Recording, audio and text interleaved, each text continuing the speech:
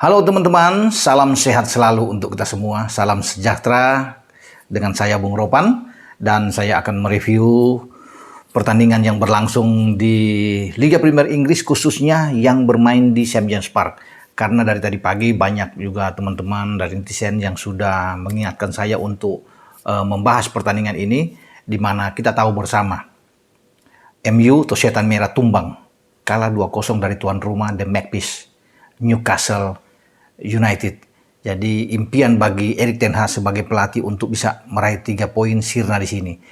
Dengan kekalahan ini membuat posisi bagi MU itu turun. Dikudeta oleh Newcastle United yang walaupun sama-sama memiliki nilai 50 tetapi MU ada di posisi keempat, Newcastle sekarang di posisi ketiga karena MU kalah dari selisih gol yang mereka hanya plus 4 ya, sementara Newcastle itu lebih tinggi ya plusnya 22 plus. Jadi jauh untuk selisih golnya. Dan ini juga sudah menegaskan bahwa kesempatan bagi MU untuk bisa bersaing menjadi juara sirna. MU tidak akan juara lagi di IPL pada musim ini. Yang perlu mereka amankan adalah posisi 4 besar atau berada di zona Champions. Ini yang mereka harus dapatkan.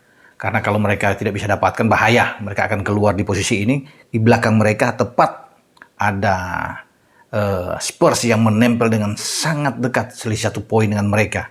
Jadi sewaktu-waktu bisa saja ada tergelincir bagi MU, ya membuat Marcus Rashford dan kawan-kawan bisa turun. Akan buyar posisi mereka untuk bisa masuk di 4 besar.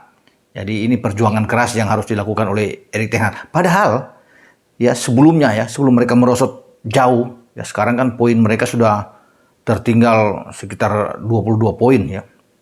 Di belakang pimpinan klasemen The Gunners Arsenal. Nah, sebelumnya mereka berpotensi sekali untuk bisa menghambat atau bersaing dalam perebutan gelar juara di IPL. Selain Arsenal dan Manchester City, sekarang kan hanya ada 2 itu. Hanya Arsenal dan City yang berpotensi untuk bisa meraih gelar juara pada musim ini ya. Dengan begitu turun melorotnya MU. Dan kalau bisa dihitung dalam 9 pertandingan terakhir MU itu baru cuma 3 kali menang. Kalau nggak salah ya. Jadi memang ini juga harus menjadi perhatian bagi Erik ten Hag. Karena kemarin ketika mereka kalah dari Newcastle, itu kamar ganti seakan-akan itu senyap, sepi ya. Bahkan di babak pertama pun tidak ada katanya lagi bagi Luke Shaw yang misalnya tidak ada apa sepatah dua kata atau membicarakan taktik apa di babak kedua, opsi apa yang harus dilakukan mereka menghadapi Newcastle di babak kedua. Jadi ini hanya pemain-pemain yang berdiskusi di sini. Jadi tidak ada dari Erik ten Hag. Padahal perlu kata Luke Shaw ini ya yang saya bisa ambil, yang saya baca itu agak mengeluh dengan tidak adanya instruksi yang harus dilakukan oleh seorang pelatih terhadap pasukannya. Padahal kan mereka butuh kemenangan. Tapi itu tidak terjadi. Dan akhirnya mereka harus kalah ya di St. James Park dengan 2 gol dari Joe Willock dan juga gol dari Callum Wilson. Jadi ini terjadi semua di babak kedua. Callum Wilson juga masuk di babak kedua ya. Dan sangat disayangkan mereka harus takluk ya, bahkan dengan tidak bisa membuat gol. Dan ada beberapa hal memang yang terjadi yang juga menarik untuk kita lihat. Di sini pergantian-pergantian pemain yang dibuat oleh ten Hag di saat mereka membutuhkan untuk bisa membalikan keadaan atau menyamakan kedudukan, tapi mereka tidak mendapatkan itu. Terutama bagaimana mereka juga menggantikan 2 pemain bek tengah, Varane dan Lisandro Martinez keluar ya. Ketika mereka tertinggal oleh Joe Willock dan masuk ada pergantian 3 pemain sekali masuk. Karena selain Varane dan Martinez juga ada Scott McTominay keluar ya. Di menit 83 kalau tidak salah saat itu ya, dengan ada Pellistri yang masuk, ada Lindelof dan Fred yang masuk. Sehingga seakan-akan itu MU bermain dengan 3 bek saja untuk bisa mengejar ketinggalan. Sebelum ada gol yang menamatkan perjuangan mereka dengan gol dari Callum Wilson. Ya, ketika menerima umpan dari set piece Kieran Trippier. Nah sebelumnya bahkan Sancho masuk, ada Martial masuk dengan menggantikan Weghorst, pemain yang ada di depan, dan juga dengan Anthony. Anthony nampak agak kecewa juga keluar. Nah, menarik juga bahwa ada Lisandro Martinez yang agak mencak-mencak, kelihatan agak marah. Dia naik ke bangku cadangan, menghajar kursi, menepuk kursi karena mungkin dia tidak terima dengan pergantian pemain itu. Termasuk dengan Anthony yang berjalan lunglai sebelumnya ke lapangan. Nah, dua pemain ini kan dua pemain Ten Hag yang ada di Ajax. Anak kesayangan dia yang dia bawa ke MU. Tapi ketika dipergantikan mereka seakan tidak menerima itu. Tapi yang paling, kalau Anthony kan tidak melampiaskan itu emosi dia. Tenang saja, walaupun dari raut mukanya kekecewaan terlihat. Nah, bagi Lisandro Martinez, wah, dia kesal minta ampun. Nah, itu yang bisa ada gambaran di sini bagaimana mungkin dia tidak menerima, dia masih ingin bermain lapangan. Tapi kan hak sepenuhnya ada di Erik ten Hag sebagai pelatih. Apapun itu, dia yang berkuasa jadi lapangan.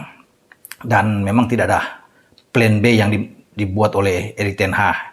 Itu yang dikeluhkan oleh pemain-pemain MU. Termasuk Marcus Rashford tidak tampil maksimal dalam pertandingan ini. Dan wajar kalau Newcastle bisa menang. Nah, sebelum itu kita lihat gol pertama dulu. Ini gol yang membunuh harapan mereka, membuat mental MU itu down dengan gol ini. Ini kan, ini dia gol pertama dari Guimaraes mengangkat bola ke tiang jauh. Di sana ada Alan Saint-Maximin yang juga meneruskan, dan Joe Willox bisa memasukkan ke gawang De Gea. Ini dia.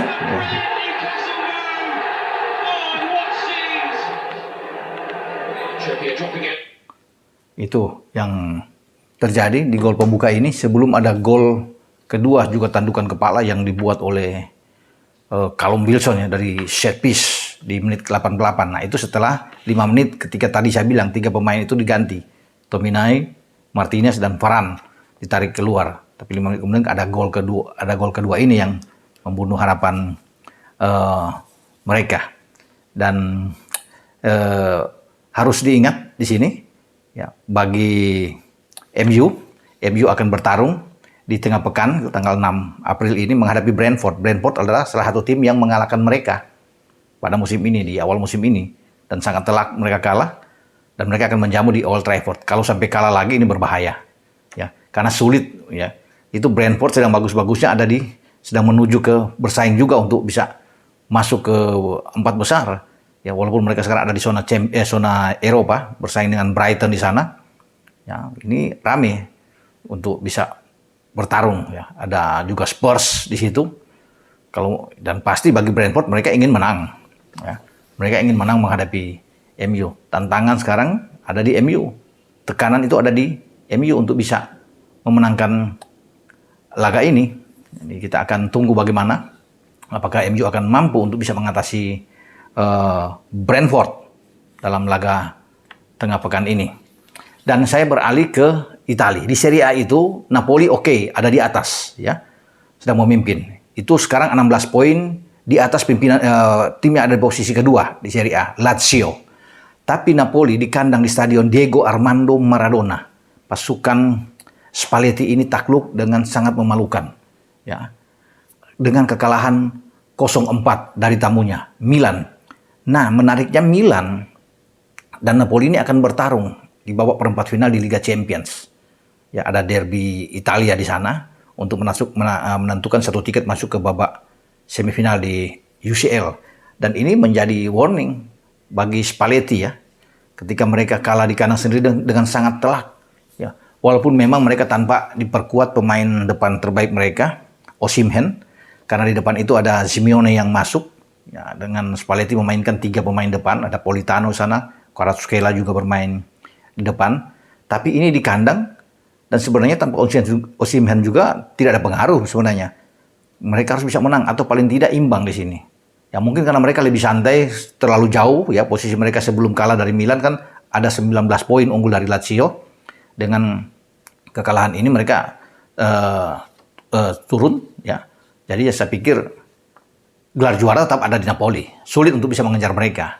Nah, bagi Milan penting karena untuk bisa membangkitkan motivasi mereka dalam persaingan masuk di zona Champions. Ya, Milan hanya punya harapan di situ. untuk bisa bersaing. Di sana ada Inter juga yang berada di posisi keempat di klasemen sementara, tapi masih rame ini pertarungan di zona Champions. Kecuali yang bisa memastikan untuk lolos, saya pikir ada dua, yaitu bagi Napoli dan Lazio.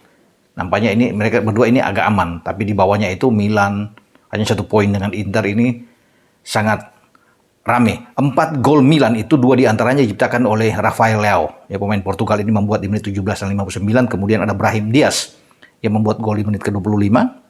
Dan pemain pengganti Saelemaekers di menit ke-67. Kalau melihat dari sini memang ini semua aspek ada di Napoli. Sebagai tuan rumah mereka melancarkan sampai 20 tembakan, tapi semua sia-sia. Ada 4 on target, tidak satupun menghasilkan gol.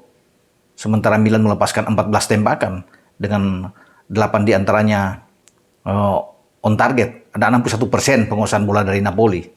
Kemudian ada 39% dari Milan.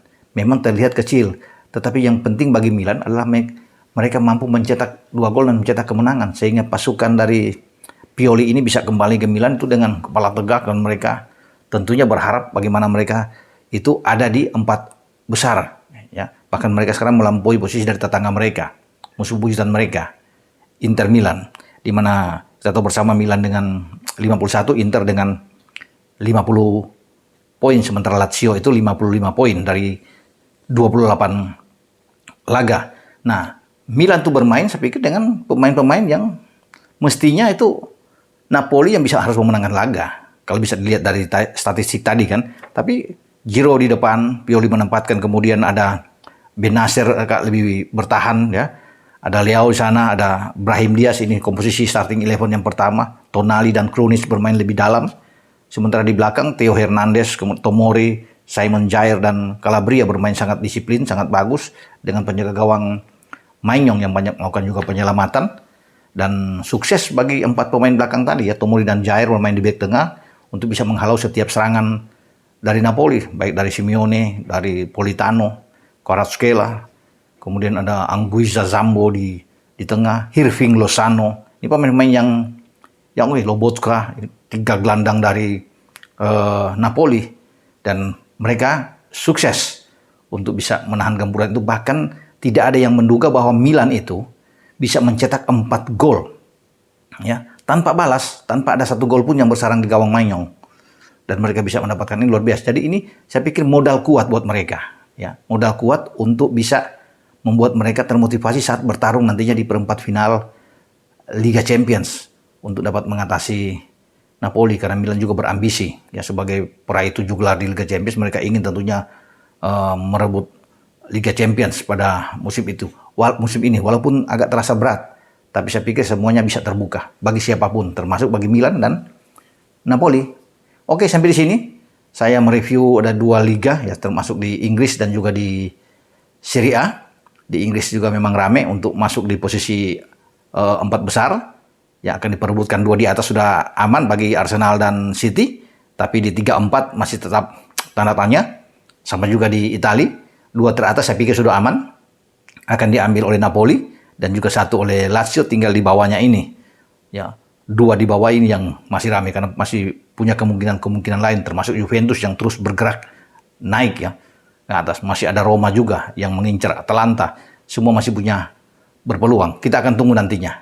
Oke, sampai di sini dengan saya, Bung Ropan. Ciao.